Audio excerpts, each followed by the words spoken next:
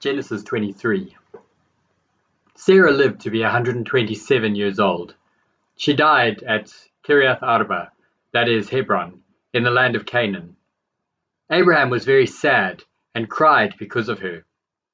After a while, Abraham got up from the side of his wife's body, and he went to talk to the Hittites. He said, "I am only a stranger and a foreigner here. Sell me some of your land, so that I can bury my dead wife." The Hittites answered Abraham, "Sir, you are a great leader among us. You may have the best place we have to bury your dead. You may have any of our burial places that you want. None of us will stop you from burying your dead wife." Abraham rose and bowed to the people of the land, the Hittites. Abraham said to them, "If you truly want to help me bury my dead wife here, speak to Ephron for me. He is the son of Zohar. Ask him to sell me the cave of Machpelah. It is at the edge of his field. I will pay him the full price. You can be the witnesses that I am buying it as a burial place." Ephron was sitting among the Hittites at the city gate. Ephron answered Abraham, "No, sir, I will give you the land and the cave that is in it. I will give it to you, with these people as witnesses. Bury your dead wife." Then Abraham bowed down before the Hittites. He said to Ephron before all the people, "Please, let me pay you the full price for the field. Accept my money, and I will bury my dead there." Ephron answered Abraham, "Sir, the land is worth 10 pounds of silver. But I won't argue with you over the price. Take the land and bury your dead wife." Abraham agreed and paid Ephron in front of the Hittite witnesses. Abraham weighed out the full price, 10 pounds of silver. They counted the weight as the traders normally did. So Ephron's field in Machpelah, east of Mamre, was sold. Abraham became the owner of the field, the cave in it and all the trees that were in the field. The sale was made at the city gate, with the Hittites as witnesses.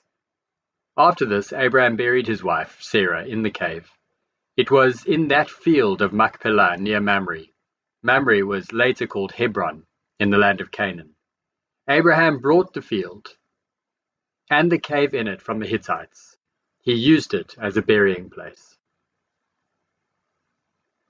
Matthew 22. Jesus used stories to tell other things to the people. He said, "The kingdom of heaven is like a king who prepared a wedding feast for his son. The king invited some people to the feast. When the feast was ready, the king sent his servants to tell the people to come, but they refused to come to the feast. Then the king sent other servants. He said to them, 'Tell those who have been invited that my feast is ready. I have killed my best bulls and calves for the dinner. Everything is ready. Come to the wedding feast.' But the people refused to listen to the servants.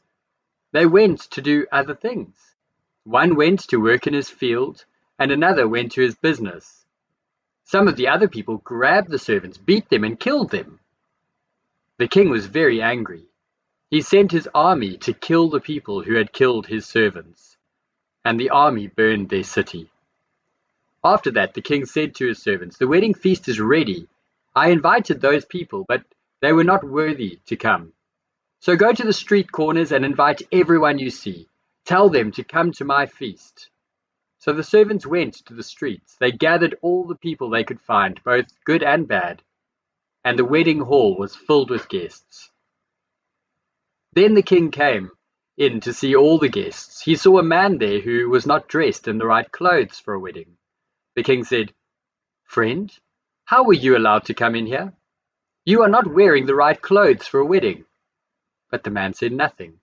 So the king told some servants, 'Tie this man's hands and feet, throw him out into the darkness.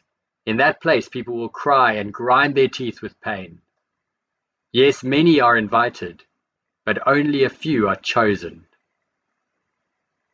Then the Pharisees left the place where Jesus was teaching. They made plans to trap Jesus with a question. They sent some of their own followers and some men from the group called Herodians. These men said, 'Teacher, we know that you are an honest man. We know that you teach the truth about God's way. You are not afraid of what other people think about you. All men are the same to you. So tell us what you think. Is it right to pay taxes to Caesar or not?" But Jesus knew that these men were trying to trick him, so he said, "You hypocrites! Why are you trying to trap me? Show me a coin used for paying the tax." The men showed him a silver coin. Then Jesus asked, "Whose picture is on the coin? And whose name is written on the coin?" The men answered, "Caesar's." Then Jesus said to them, "Give to Caesar the things that are Caesar's, and give to God the things that are God's." The men heard what Jesus said, and they were amazed. They left him and went away. That same day, some Sadducees came to Jesus. The Sadducees believed that no person will rise from death. The Sadducees asked Jesus a question. They said, "Teacher, Moses told us that a married man might die without having children. Then his brother must marry the widow and have children for him. There were 7 brothers among us. The first one married but died. He had no children, so his brother married the widow. Then the second brother also died. The same thing happened to the third brother and all the other brothers. The woman was last to die. But all 7 men had married her. So when people rise from death, whose wife will she be?" Jesus answered, "You don't understand because you don't know what the scriptures say, and you don't know about the power of God. When people rise from death, there will be no marriage. People will not be married to each other. They will be like the angels in heaven. Surely you have read what God said to you about the rising from death. God said, 'I am the God of Abraham, the God of Isaac, and the God of Jacob.' God is the God of living people, not dead people." All the people heard this. They were amazed at Jesus' teaching. The Pharisees learned that the Sadducees could not argue with Jesus' answers to them. So the Pharisees met together. One Pharisee was an expert in the law of Moses. That Pharisee asked Jesus a question to test him. The Pharisee asked, "Teacher, which command in the law is the most important?" Jesus answered, "Love the Lord your God with all your heart, soul, and mind. This is the first and most important command. And the second command is like the first. Love your neighbor as you love yourself. All the law and the writings of the prophets depend on these 2 commands." While the Pharisees were together, Jesus asked them a question. He asked, "What do you think about the Christ? Whose son is he?" The Pharisees answered, "The Christ is the son of David." Then Jesus said to them, "Then why did David call him Lord? David was speaking by the power of the Holy Spirit. David said, 'The Lord said to my Lord, sit by me at my right side until I put your enemies under your control.'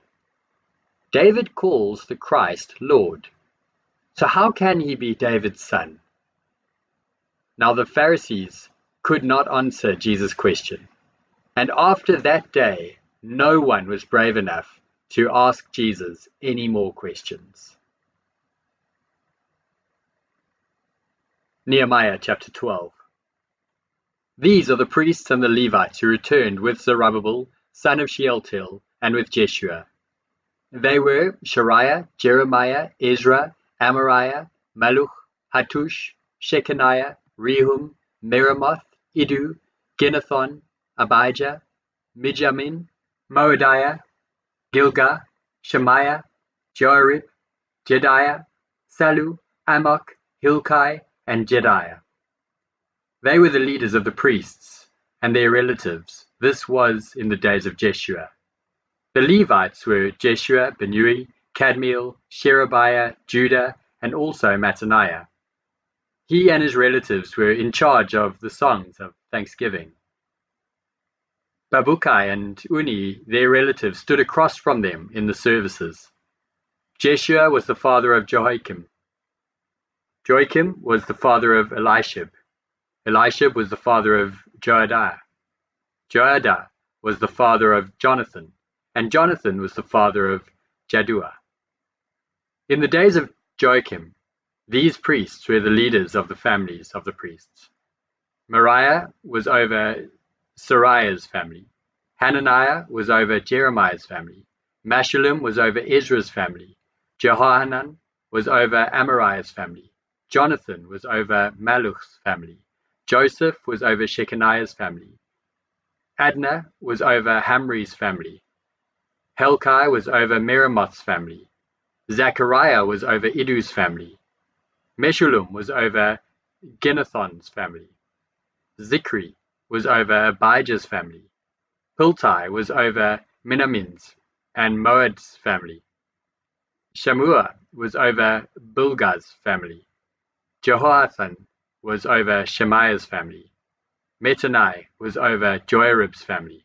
Uzi was over Jedediah's family. Kalai was over Salu's family. Eber was over Amok's family. Hashabiah was over Hilkiah's family. Nethanel was over Jediah's family. The leaders of the families of the Levites and the priests were written down. This was in the days of Eliashib, Jediah, Johanan, and Jaddua. They were written down while Darius the Persian was king. The family leaders among the Levites were written down in the history book. These were only up to the time of Johanan, son of Eliashib. The leaders of the Levites were Hashabiah, Sherebiah, Jeshua, son of Kadmiel, and their relatives. Their relatives stood across from them. They gave praise and thanksgiving to God. One group answered the other group. That is what David, the man of God, had commanded. These were the gatekeepers who guarded the storerooms next to the gates. Mattaniah, Babukiah, Obadiah, Meshullam, Talmon, and Akub. They served in the days of Joachim, son of Jeshua. Jeshua was the son of Jozadak. They also served in the days of Nehemiah, the governor, and Ezra, the priest and teacher. The wall of Jerusalem was offered as a gift to God.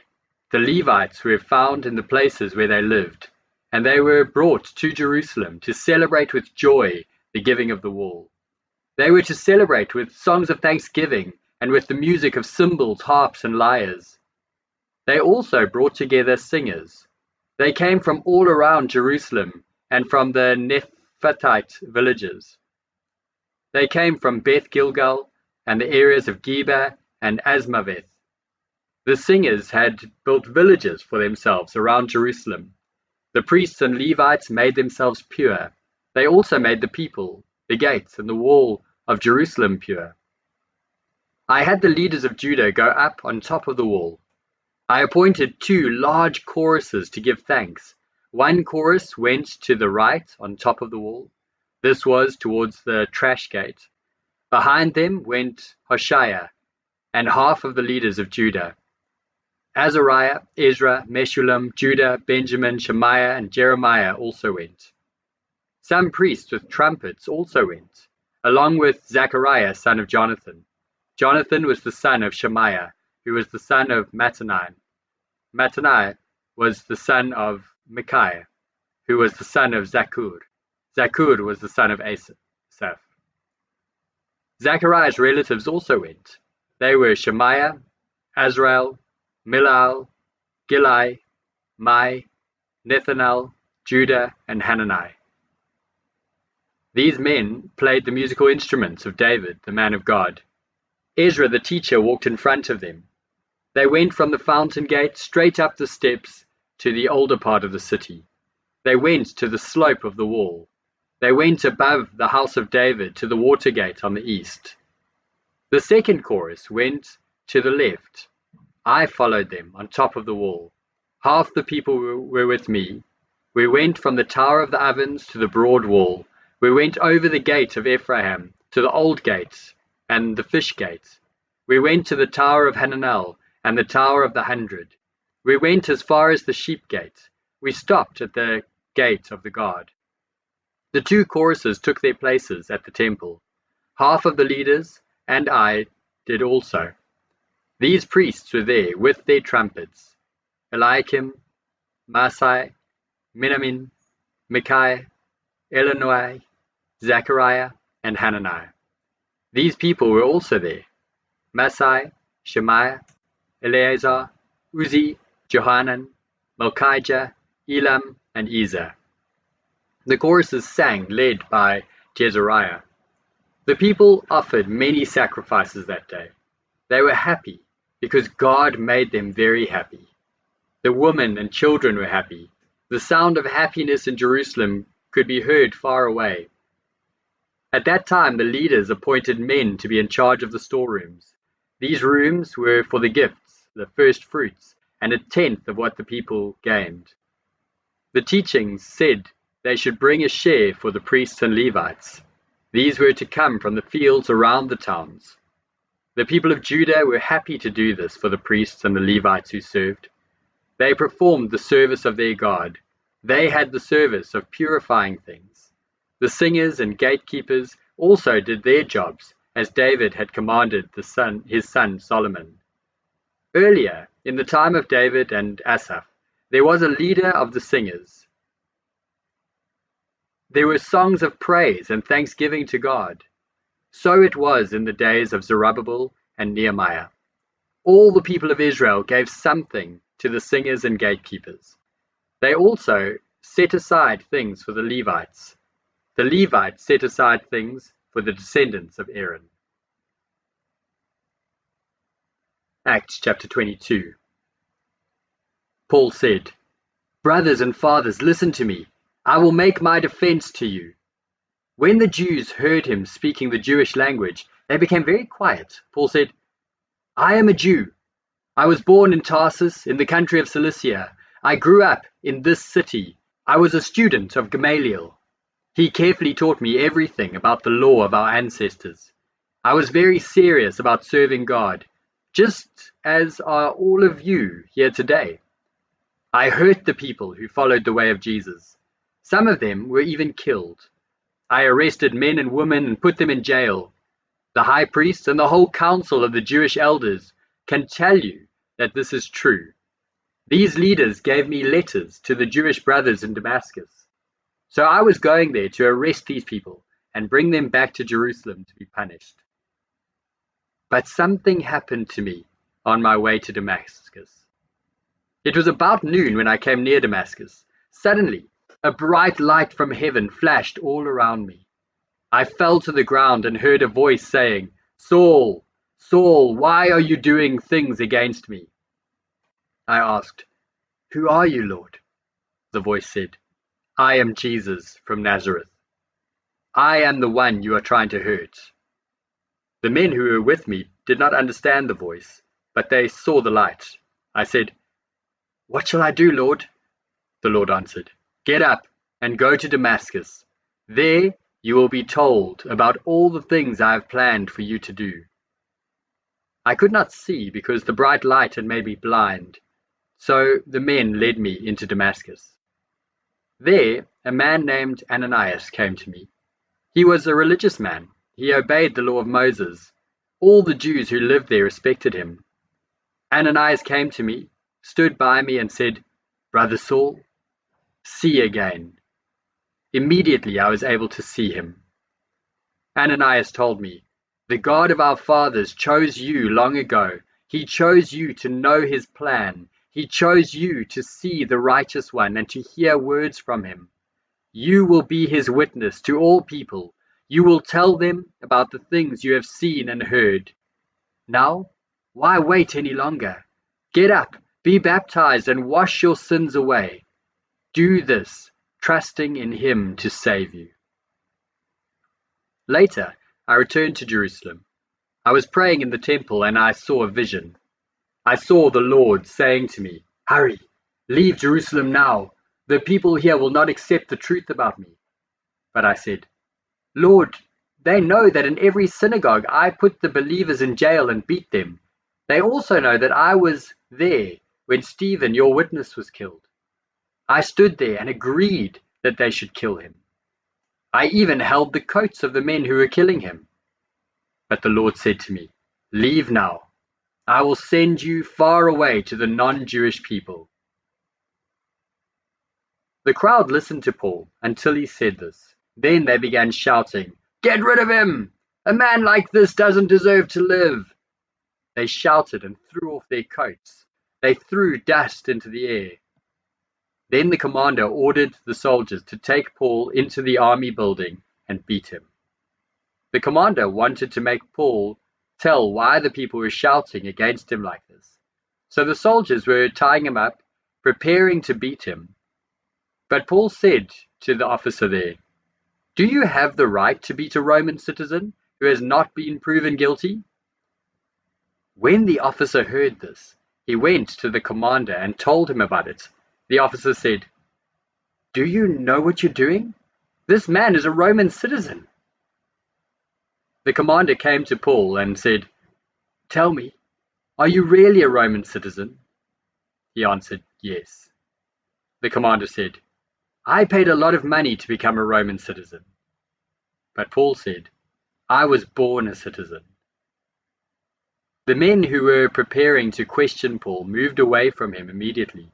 The commander was frightened because he had already tied Paul, and Paul was a Roman citizen. The next day, the commander decided to learn why the Jews were accusing Paul. So he ordered the leading priests and the Jewish council to meet. The commander took Paul's chains off. Then he brought Paul out and stood him before their meeting.